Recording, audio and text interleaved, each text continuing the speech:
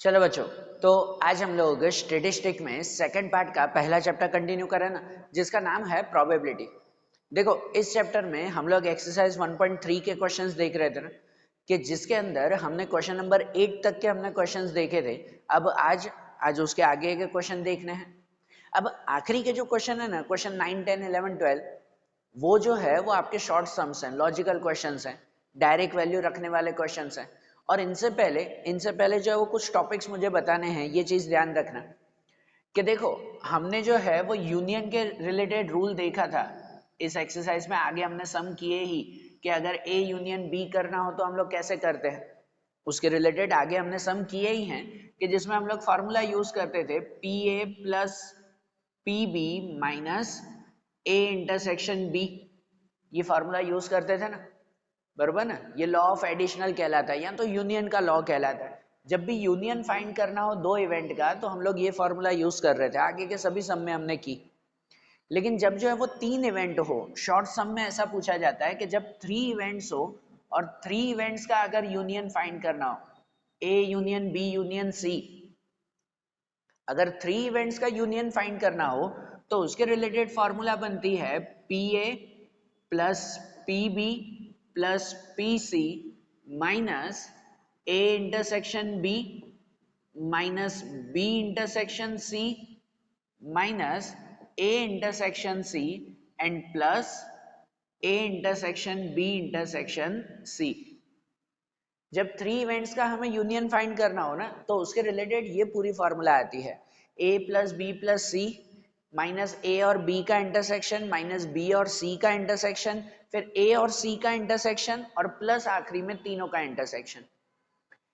ये formula short सम के लिए ही हमेशा आएगी कि जब भी जो है वो 3 इवेंट का यूनियन फाइंड करना हो तो ऐसे आता है, बरोबर। और इनके अलावा एक और पॉइंट बताएं कि जब जो है वो क्वेश्चन में ऐसे क्लियरली मेंशन हो कि the events are mutually exclusive,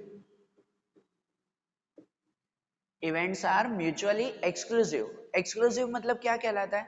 तो एक्सक्लूसिव मतलब कहलाता है कि जब जो है 2 या 3 इवेंट में से कुछ भी कॉमन न निकलता हो, 2 या 3 इवेंट्स में से कुछ भी कॉमन नहीं निकलता हो, तो उसे म्यूचुअली एक्सक्लूसिव कहते हैं। ऐसा अगर मेंशन हो क्वेश्चन में, अगर वो मेंशन है, तो फिर अगर यूनियन फाइंड करना हो ना, पी ए यूनियन बी, तो उसमें सिर्फ P A plus P B ही आएगा, ये माइनस ए इंटरसेक्शन भी नहीं होगा, क्योंकि एक्सक्लूसिव का मतलब ही कहते हैं कि कुछ भी कॉमन नहीं है, ऐसे इवेंट को एक्सक्लूसिव कहते हैं। हमने चैप्टर के स्टार्टिंग में ये समझा था, सही बात है ना। अगर दो इवेंट में से कुछ भी कॉमन नहीं है, इंटरसेक्शन कुछ भी नहीं है, तो वो एक्सक्लूसिव कहलाता है। और अगर ऐसा मेंशन हो और अगर यूनियन फाइंड करना हो तो फिर आता है सिर्फ P A plus P B, intersection नहीं आएगा। और अगर बाय चांस इसी में ही 3 इवेंट भी हो ना, A union B union C, तो उसमें फिर P A plus P B plus P C होगा, सिर्फ तीनों का प्लस। ये इंटरसेक्शन वाला कोई भी इवेंट उसमें आएगा नहीं, जब मेंशन हो तो। ना मेंशन हो तो फिर यूनियन की ये पूरी फार्मूला हमें यूज करनी है, बराबर ना। जब एक्सक्लूसिव मेंशन हो तो इस तरह से। या इनके अलावा आखिरी एक बात याद रखना कि जब क्वेश्चन में मेंशन हो कि mutually exclusive and exhaustive event है, जब क्वेश्चन में मेंशन है mutually exclusive and exhaustive, exclusive और एग्जॉस्टिव मतलब क्या? एक्सक्लूसिव तो समझा जिसमें से कुछ भी कॉमन न निकलता हो, वो एक्सक्लूसिव। और एग्जॉस्टिव इवेंट किसे कहते हैं? एग्जॉस्टिव इवेंट वो कहलाते हैं कि जब कोई दो इवेंट का यूनियन करो, दो इवेंट का कंबाइन करो, तो पूरा सैंपल स्पेस बन जाता हो। दो इवेंट के कंबाइन से जब पूरा सैंपल स्पेस बन जाता हो, तो ऐसे इवेंट को हम लोग एग्जॉस्टिव इवेंट कहते हैं, सही बात है ना। और जब क्वेश्चन में मेंशन हो कि events are mutually exclusive and exhaustive, उस वक्त P A plus P B equal to 1 होता है हमेशा। जब एग्जॉस्टिव हो ना, तो उसके लिए दोनों इवेंट का प्लस हमेशा कितना होगा? 1 होगा। जब एक्सक्लूसिव एंड एग्जॉस्टिव दोनों दिए गए हो, या अगर 3 इवेंट भी हो ना, P A plus P B plus P C तो भी उसका आंसर 1 आएगा। अगर 3 इवेंट्स भी हैं तो भी उनका आंसर कितना आएगा? 1 आएगा। बरोबर, ये 3 बातें याद रखना है इसमें। इसमें भी अभी जो सम करेंगे उसके लिए भी, और इवन आगे की एक आध एक्सरसाइज में भी ये आएगा। तो ये बातें जो है वो माइंड में रखना।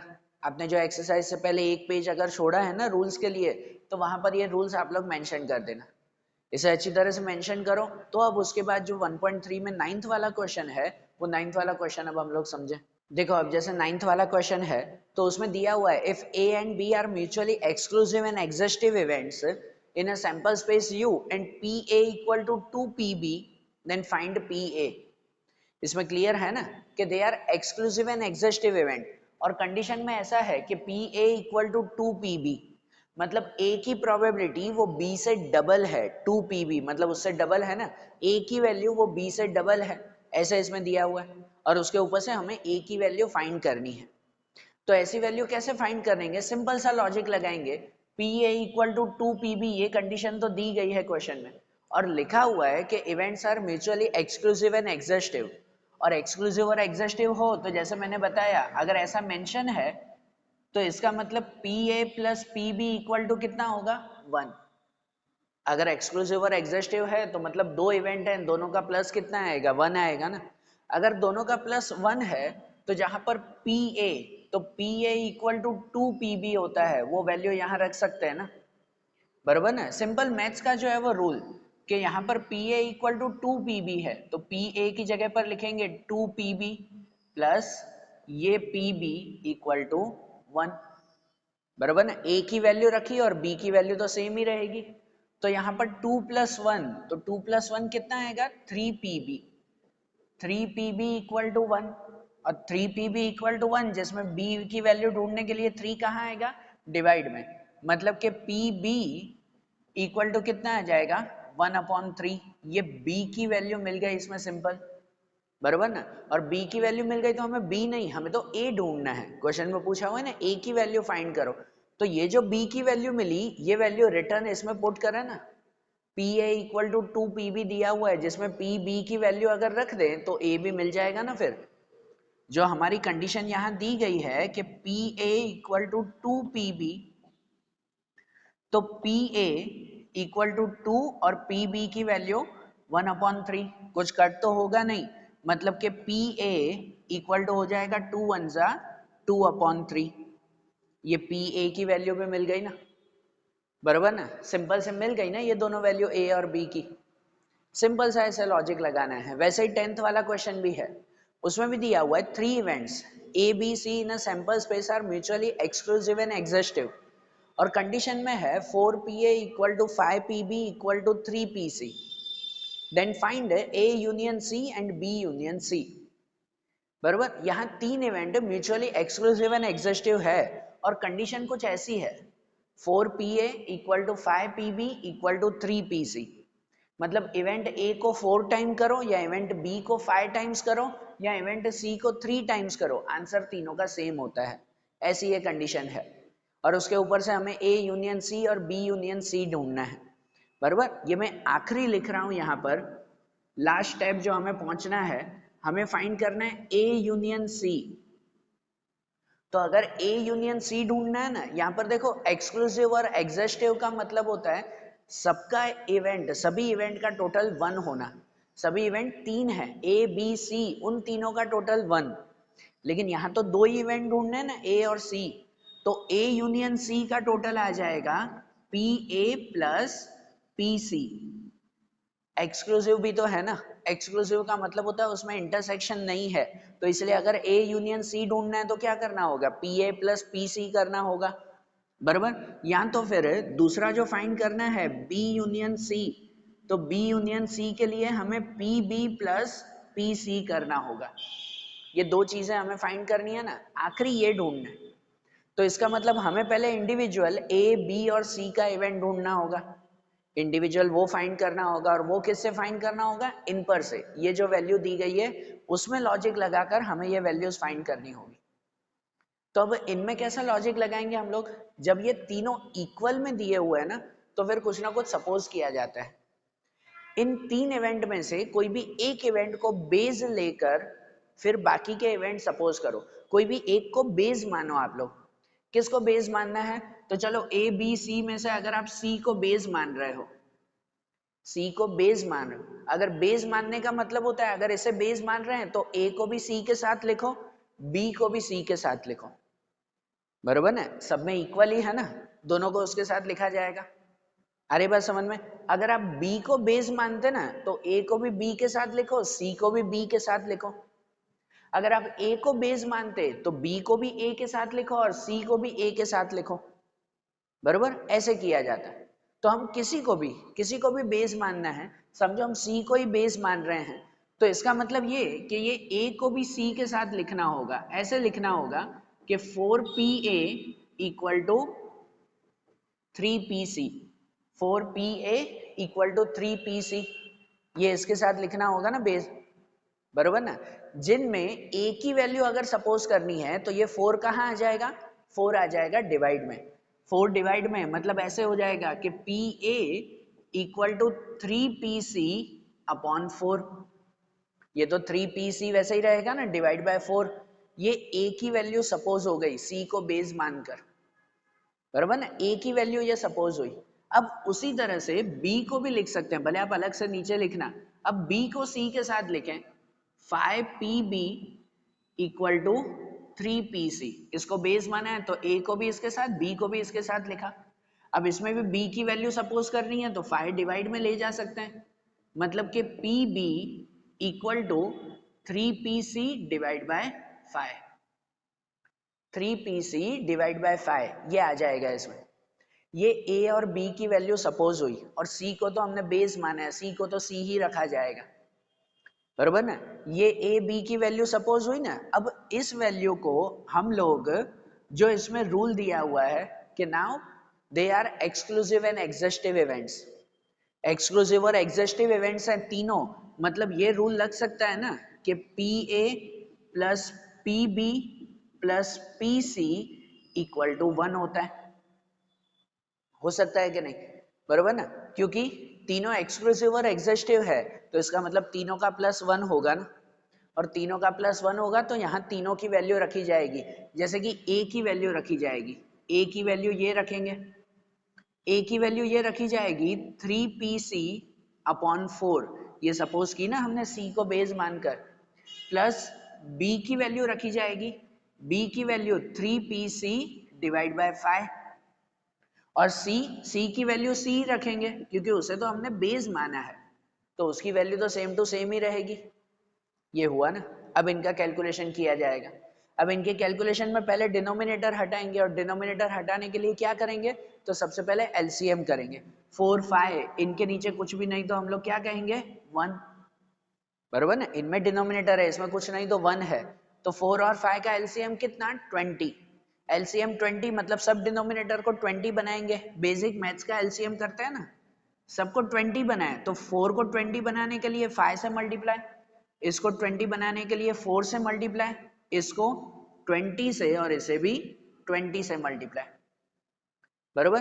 तो अब इसको 5 से मल्टीप्लाई मतलब ऊपर भी मल्टीप्लाई करेंगे ना, तो हो जाएगा 5 3 जा 15 PC, बरोबर ना? 5 3 जा 15 PC प्लस 4 को 3 से मल्टीप्लाई, 4 3 जा तो 12 PC प्लस 20 को C से मल्टीप्लाई तो 20 PC इक्वल टू 20 को 1 से मल्टीप्लाई तो 20, बरोबर? अब नीचे कुछ भी नहीं, क्योंकि जब बीच में इक्वल टू होता है और इक्वल टू के इस साइड और इक्वल टू के इस साइड दोनों का एलसीएम अगर साथ में करो ना तो फिर डिनोमिनेटर सेम कट हो जाता है, वो स्टेप बताने की जरूरत नहीं है, इसलिए तो बेसिक एलसीएम करते हैं कि नीचे हट जाए तो इसकी वैल्यू मिलेगी।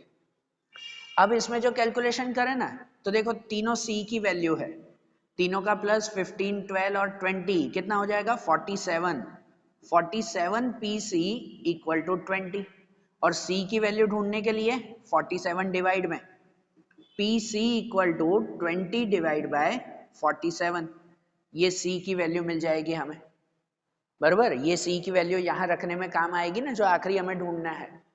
और ये जो C की वैल्यू मिली, ये C की वैल्यू को रिटर्न इन दोनों में रखेंगे जो सपोज किया है, तो A और B की वैल्यू भी मिल जाएगी, बराबर ना? C की वैल्यू रिटर्न इन में रखेंगे, जैसे अब अगर इनकी वैल्यू ए में रखें तो पी ए हमने माना है 3pc divide bye 4, 3pc divide bye 4, जिसके अंदर ये 3 और 4 तो ऐसा ही रहेगा, समझो 3 और 4 नंबर तो वैसा ही ना, और c की जगह पे रखेंगे ये 20/47, मतलब c की जगह पे यहां लिखा जाएगा 20 और नीचे 47, बराबर। और फिर इनमें कट करेंगे हम लोग, जो कट होता हो, जैसे ये कट हो रहा है 4 5 जा, और ऊपर मल्टीप्लाई हो जाएगा 5 3 जा 15, 15/47, ये मिल जाएगी a की वैल्यू, ये a की वैल्यू मिल गई 15/47, बराबर ना। अब वैसे ही b में भी ये वैल्यू रखें, c की वैल्यू b में भी रिटर्न करें कि pb equal to 3pc divide by 5, तो इसमें भी 3 और 5 ऐसे ही c की जगह पे लिखेंगे 20 एंड 47, 20/47 c की वैल्यू, जिसमें जो है वो हम लोग कट करेंगे, ये 5 4 जा 5 4 जा और ऊपर हो जाएगा 3 4 जा 12, 12/47, 12/47 ये हो जाएगी b की वैल्यू, बराबर ना। ये a और b की वैल्यू पे मिल गई, c की वैल्यू पे मिल गई। अब जो आखिरी में हमें ढूंढना था मेन, वो ढूंढ लेना, बराबर ना। जैसे a यूनियन c ढूंढना था, तो a यूनियन c मतलब pa प्लस pc, तो pa का आंसर मिला 15/47 प्लस pc, तो pc का आंसर मिला 20/47, 20/47, तो 15 प्लस 20 कितना हो जाएगा 35/47, ये a यूनियन c का आंसर। और b यूनियन c में हमें करना है pb प्लस pc, तो pb का आंसर हमें मिला 12/47 और प्लस pc, तो pc का आंसर मिला 20/47, तो 12 प्लस 20, इसमें तो दोनों सेम ही थे इसलिए एलसीएम किया नहीं, ऊपर दोनों का प्लस, 12 प्लस 20 तो 32, 32/47, ये हमारा आंसर, बराबर। ध्यान आया ये आंसर कैसे आया वो? इन सम को अच्छी तरह से देख लो कि कैसे ये रूल हमें यूज करना है, कैसे ये लॉजिक यूज करना है, इन्हें अच्छी तरह से देखो। तो अब जो इसके बाद वाला क्वेश्चन है, क्वेश्चन नंबर 11 12, वो अब हम लोग देखें। देखो अब जैसे 11th वाला क्वेश्चन दिया हुआ है, उसमें है कि find P A union B union C using the following information about the 3 events A B C in a sample space. नीचे देखो सब इन्फॉर्मेशन दी गई है, P A P B P C, A intersection B, A intersection C, B intersection C और A B सी का intersection, सभी value दी गई है और उसके ऊपर से A union B union C ढूंढना है। तो अब इसमें यूनियन ढूंढना है, इसमें कोई एक्सक्लूसिव एग्जॉस्टिव नहीं दिया हुआ है, तो यूनियन की वो सिंपल, मैंने वो लॉन्ग फार्मूला लिखवाई थी ना, वैसे वो फार्मूला यूज होगी ना, कुछ भी इसमें लॉजिक नहीं है, सीधा जो है वो हमें P A union B union C, उसकी हमें जो है वो वैल्यू फाइंड करनी है। तो उसकी वैल्यू के लिए जो फार्मूला है हमारी कि P A plus P B plus P C minus A intersection B minus B intersection C minus A intersection C और plus A intersection B intersection C. A union B union C उसकी ये सीधी formula है ना, और इसमें ये सब values रखी जाएगी ना, कि जैसे कि पी ए एक एक करके वैल्यू रखे, पी ए तो पी ए की वैल्यू दी गई है 0.65, 0.65 प्लस पी बी, तो पी बी की वैल्यू 0.45 प्लस पी सी उसकी value 0.25 minus A intersection B, तो ए इंटरसेक्शन बी भी 0.25 माइनस बी इंटरसेक्शन सी, तो B intersection C 0.2 minus A intersection C 0.15 और प्लस ए बी सी का इंटरसेक्शन 0.05, और फिर इन सब का प्लस माइनस करें ना, बराबर ना, प्लस माइनस कर दे सीधा कैलकुलेटर से, और इनका अगर प्लस माइनस करें, ये कट 110 90 एंड -10 तो 0.80 0.8, सीधी वैल्यू आ जाएगी ना, सीधा प्लस माइनस ही करना है, सबका प्लस माइनस 0.8, ये इसका आंसर, बराबर। ऐसे क्वेश्चन 2 मार्क्स में ऑलमोस्ट पूछे जाते हैं, A union B union C, इसमें कोई लॉजिक नहीं, बस सीधी हमें फार्मूला पुट करनी होती है, बराबर। अब ऐसे ही 12th वाला क्वेश्चन भी देखो कि 12th वाले क्वेश्चन में ऐसा दिया हुआ है 3 events A, B, C in a sample space are mutually exclusive and exhaustive. अब यहाँ पर है exclusive and exhaustive. If PC dash equal to 0.8, 3PB equal to 2PA dash, then find PA and PB. हमें ये values find करनी है ना. Exclusive और एग्जॉस्टिव है, इसका मतलब अगर 3 इवेंट है तो तीनों का प्लस कितना आएगा? 1 आएगा. तीनों का प्लस 1 क्योंकि दिया हुआ है. तो इनके ऊपर से अगर वैल्यू ढूंढे ना तो देखो एक इन्फॉर्मेशन तो है PC डैश 0.8. पहली इन्फॉर्मेशन अगर देखें तो PC डैश इक्वल टू 0.8 दिया हुआ है और C डैश पर से नॉर्मल C हम लोग फाइंड कर सकते हैं ना. C डैश पर से नॉर्मल इवेंट, ये डैश मतलब भाई कॉम्प्लीमेंट्री इवेंट दिया हुआ है C के अलावा का इवेंट, तो उसके ऊपर से नॉर्मल इवेंट फाइंड कर सकते हैं ना. उसकी फॉर्मूला आगे बताई थी PC equal to 1 minus PC dash. 1 minus C dash मतलब 1 में से माइनस करते हैं वो, तो 1 माइनस सी डैश मतलब के 1 माइनस 0.8. 1 माइनस 0.8 मतलब कितना आ जाएगा आंसर? 0.2. बराबर. सी की वैल्यू ये मिली 1 माइनस 0.8 तो 0.2 ये वैल्यू. दूसरी जो इन्फॉर्मेशन इसमें दी गई है ना, वो दूसरी इन्फॉर्मेशन ऐसी है 3PB equal to 2PA dash. 3PB equal to 2PA dash, ये वैल्यू दी गई है.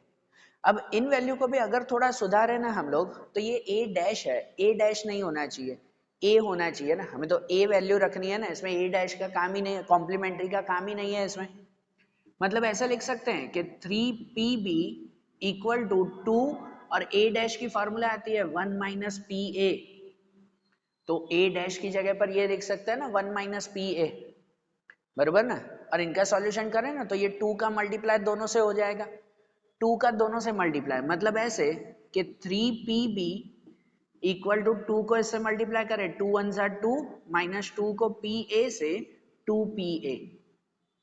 और इनमें अगर ये वैल्यू सपोज करनी हो ना, B की वैल्यू सपोज करनी है तो ये 3 को कहाँ ले जाएंगे? डिवाइड में, इस पूरे के डिवाइड में. मतलब ऐसा हो जाएगा कि PB equal to 2 minus 2PA upon 3. 2 minus 2PA divide by 3, ये 3 डिवाइड में आ जाएगा. बराबर. ये B की वैल्यू सपोज हुई, A के अकॉर्डिंग B की वैल्यू सपोज हुई, C की वैल्यू भी है.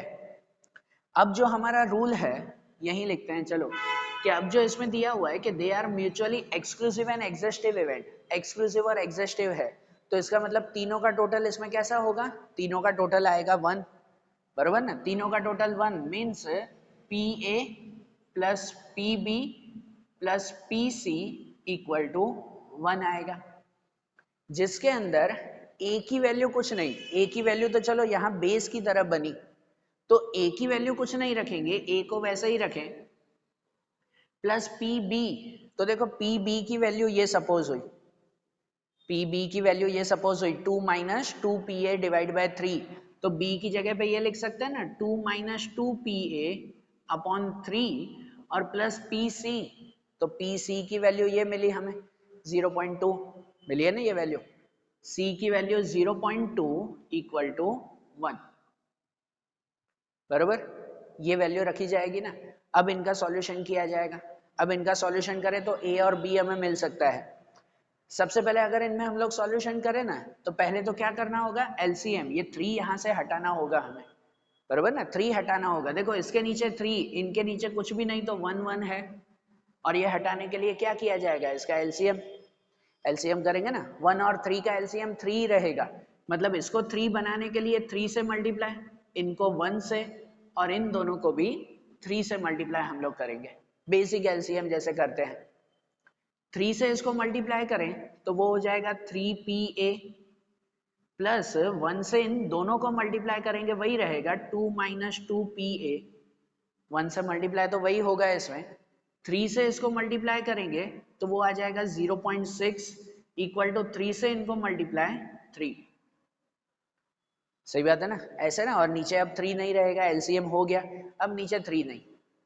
ये जो वैल्यू मिली, अब इसमें A को A के साथ प्लस माइनस करें, नंबर को नंबर के साथ. मतलब यहाँ पर अगर देखें तो 3PA माइनस 2PA, 3 माइनस 2 कितना होगा? सिर्फ 1PA, सिर्फ PA बचेगा, और नंबर में 2 प्लस 0.6, 2 प्लस 0.6 कितना हो जाएगा 2.6, 2 प्लस 0.6 2.6 इक्वल टू 3, बरोबर। अब ये a की वैल्यू ढूंढने के लिए 2.6 कहाँ जाएगा माइनस में, मतलब कि P A equal to 3 minus 2.6, मतलब कि पी ए इक्वल टू 0.4। ये a की वैल्यू मिल गई जो ढूंढनी थी। समझ आ रहा है ना लॉजिक, बरोबर ना। ये रूल का यूज करके हमने फाइंड किया ना a की वैल्यू। अब जो a की वैल्यू मिली ना, तो इस a की वैल्यू को रिटर्न इसमें रख दें तो b की वैल्यू भी मिल जाएगी ना। a की वैल्यू रिटर्न करें इसमें, मतलब यहाँ पर जो हमने पी बी सपोज किया है वो है 2 minus 2 P A upon 3, 2 minus 2 P A, मतलब के 2 माइनस 2 पी ए पे 0.4 अपॉन 3, तो यहाँ आ जाएगा 2 माइनस 0.4 मल्टीप्लाई 2 तो 0.8 अपॉन 3, 2 माइनस 0.8 तो 1.2, 1.2 अपॉन 3 एंड 1.2 अपॉन 3 तो वो 0.4। b की वैल्यू कितनी आ जाएगी 0.4, वो वैल्यू भी मिल गई। a और b ढूंढना था वो मिल गया ना, बराबर ना। कभी क्रॉस चेक करना हो तो आप कर सकते हो, ये म्यूचुअली एक्सक्लूसिव और एग्जॉस्टिव इवेंट दिए हुए हैं, तीनों का प्लस हमेशा 1 होता है। तो ये a b और ये c जो मिला तीनों को चेक करके क्रॉस चेक आप लोग कर सकते हो कि तीनों का टोटल 1 आ रहा है तो वो वैल्यू करेक्ट हुई। समझ आ रही है ना बात है। तो ये लॉजिक्स ध्यान रखना, जो ये चारों सम शॉर्ट में दिए हुए थे इनके रूल्स फार्मूलाज माइंड में रखना। तो आज जैसे हमने ये शॉर्ट सम्स देखे ना, इन्हें अच्छी तरह से अब बुक में लिख लो। अब जो आगे की एक्सरसाइज, अब जो आखिरी नया टॉपिक आएगा उसके बारे में अब हम लोग नेक्स्ट वीडियोस में देखेंगे। Okay, thank you.